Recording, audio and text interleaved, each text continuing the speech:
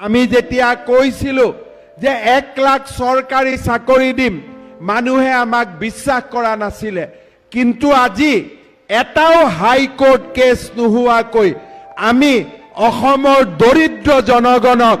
এটা টকাৰো ঘোষ কাকো খাব নিদি আজি 1 লাখ চাকৰিৰ আমি নিযুক্তিৰ ব্যৱস্থা কৰিব পাৰিছো। অৰুণোদয় আঁচনিত আমি 27 লাখ হিতাধিকাৰীলৈকে বঢ়াবলৈ সিদ্ধান্ত লৈছো আৰু এই বছৰৰ শেষলৈকে অৰুণোদয় আঁচনিত পোৱা টকাৰ পৰিমাণ আমি মাহিলী 1400 টকালৈকে বৃদ্ধি কৰাৰ বাবে আমি সিদ্ধান্ত গ্ৰহণ কৰিছো। তাৰ লগে লগে অহা বছৰ আমি আৰু 27 লাখ পৰিয়ালৰ স্থানত আৰু 8 লাখ পৰিয়ালক আমি অৰুণোদয় আঁচনিৰে জড়িত কৰিম, যাতে লাহে লাহে আমাৰ সমষ্টিবিলাকৰ প্ৰতিটো দুখীয়া পৰিয়াল অৰুণোদয় আঁচনিৰ সৈতে জড়িত হৈ পৰিব পাৰে। এইবাৰ আমি আৰু এটা ডাঙৰ সিদ্ধান্ত লৈছো যে আমাৰ গাঁৱত যিবিলাক পৰিয়ালৰ ৰেচন কাৰ্ড নাই, আমি সকলোবোৰ পৰিয়ালক এইবাৰ ৰেচন কাৰ্ড দিব সিদ্ধান্ত লৈছো, যাতে সকলোৱে প্ৰধানমন্ত্ৰীৰ বিনামূলীয়া চাউল পাব পাৰে। অকল তাকে নহয়, এই ৰেচন কাৰ্ডৰ যিটো ক'ব গ'লে আগত যেতিয়া আমি ৰেচন কাৰ্ডখন আগবঢ়াই দিছিলো অকল মাত্ৰ বিনামূলীয়া চাউল পাইছিলো। এইবাৰ 10 মেৰ পিছত আমি এটা নতুন কাম আৰম্ভ কৰিব খুজিছো। সেয়া হৈছে যে যি পৰিয়ালৰ হাততে ৰেচন কাৰ্ড থাকিব সেই পৰিয়ালেই প্ৰধানমন্ত্ৰীৰ আয়ুষ্মান ভাৰত আৰু মুখ্যমন্ত্ৰীৰ আয়ুষ্মান ভাৰত আঁচনিৰ অধীনত প্ৰত্যেক বছৰে বিনামূলীয়াকৈ 5 লাখ টকালৈকে বিনামূলীয়াকৈ মেডিকেল সেৱা লাভ কৰিবলৈ সক্ষম হ'ব। অৰ্থাৎ যাৰ হাততে ৰেচন কাৰ্ড থাকিব সেই ৰেচন কাৰ্ড থকা পৰিয়ালক আমি আয়ুষ্মান ভাৰত, আয়ুষ্মান অসমৰ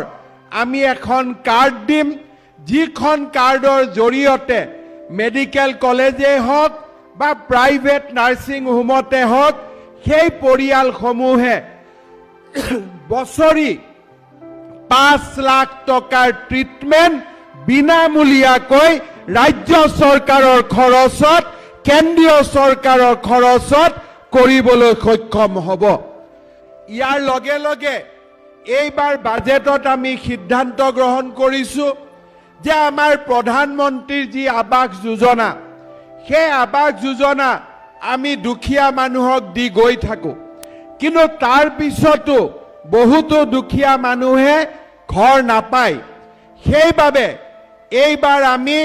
প্ৰধানমন্ত্ৰীৰ গৃহ আৱাস যোজনাৰ লগে লগে মুখ্যমন্ত্ৰীৰ আৱাস যোজনা নামৰ আৰু এটা আঁচনি আমি আৰম্ভ কৰিছো, যাতে আমি পৰ্যায়ক্ৰমে সকলো দুখীয়া মানুহলৈকে একোটা ঘৰ আমি উপহাৰ দিব পাৰো। আজি তাৰ লগে লগে এই বছৰতে আমি যিমান আই মাতৃৰ প্ৰথমতে সাহায্য নোপোৱা আমাৰ মাইক্ৰ' ফাইনেন্সত 25,000 টকালৈকে লোন লৈছিল, তেওঁলোকৰ টকা এই বছৰ আমি বেংকত ঘূৰাই দি NOC আমি আই মাতৃসকলক ঘৰে ঘৰে আমি বিতৰণ কৰিম। তাৰ পিছত আমি 50,000 টকালৈকে যিসমূহে লোন লৈছিল তেওঁলোককো সুদে সৈতে বেংকলৈকে লোন ঘূৰাই দি আমি NOC আই মাতৃসকলৰ ঘৰলৈকে পঠিয়াম। অৱশ্যে এটা কথা মনত ৰাখিব, বৰ্তমানে লোন লোৱাসকলৰ বাবে এই আঁচনি নহয়, ইলেকশ্যনৰ আগতে লোৱা আই মাতৃসকলৰ বাবেহে এই আঁচনি প্ৰযোজ্য হ'ব। তাৰ লগে লগে এইবাৰ আমি ডেকা ল'ৰাসকলৰ বাবেও এখন নতুন আঁচনি আৰম্ভ কৰিছো। সেয়া হ'ল 1 লাখ চাকৰি আমি দিম বুলি কৈছিলো, মে' মাহৰ ভিতৰত আমি 1 লাখ চাকৰি দিয়াৰ কাম শেষ কৰিম ইলেকশ্যনৰ মিটিঙত মই লগতে কৈছিলোঁ যে 1 লাখ চাকৰি দিম আৰু 2 লাখ যুৱক যুৱতীক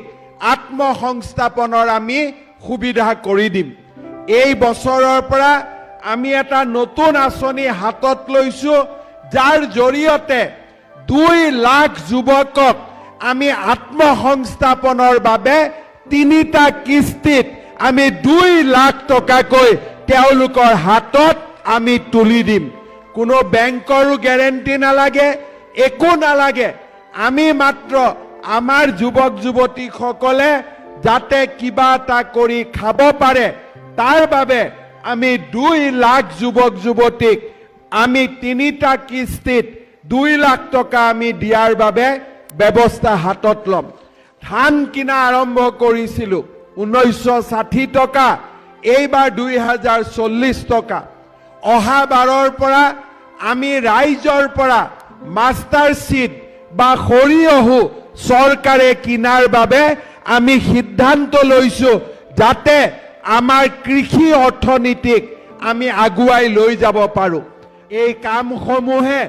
আমাৰ ৰাজ্যখনক আজি এক অনন্য মাত্ৰালৈ লৈ গৈছে এইবাৰ আমি অহা 31 তাৰিখে আমি কেইবাটাও নতুন নতুন কাম কৰিব খুজিছো আমাৰ কলেজত MA MSc পঢ়া ছাত্ৰ ছাত্ৰীসকলক ঘৰৰ পৰা কলেজলৈ যাতে অহাত বাছৰ ভাড়া টেম্পুৰ ভাড়া এইবিলাকত হোৱা খৰচ আমি যাতে মাক বাপেকৰ ওপৰত বোজা নপৰি আমি যাতে চৰকাৰে তাৰ বোজা গ্ৰহণ কৰিব পাৰে তাৰ বাবে MA MSc পঢ়ি থকা সকলো ছাত্ৰ ছাত্ৰীক আমি বছৰত 10,000 টকা মাহত 1,000 টকাকৈ দিম যাতে ঘৰৰ পৰা অহা যোৱা খৰচো চৰকাৰে বহন কৰিব পাৰে হোষ্টেলত থকা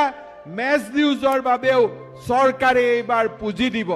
ডিগ্ৰীত পঢ়া ল'ৰা ছোৱালীৰ টেক্সট বুক কিনাৰ বাবেও আমি পুঁজি মুকলি কৰি দিম অহা 31 তাৰিখে আমি উপেন ব্ৰহ্ম ডাঙৰীয়াৰ জন্মদিনটোক ছাত্ৰ দিৱস হিচাপে পালন কৰিম আৰু সেই দিনাখনে অসমৰ লাখ লাখ ছাত্ৰ ছাত্ৰীক তেওঁলোকৰ বিদ্যায়তনিক উন্নয়নৰ বাবে মেছ ডিউজৰ পৰা আৰম্ভ কৰি মোবিলিটি গ্ৰেণ্টৰ পৰা আৰম্ভ কৰি আমি সকলো পুঁজি মুকলি কৰি দিবলৈ আমি সিদ্ধান্ত লৈছো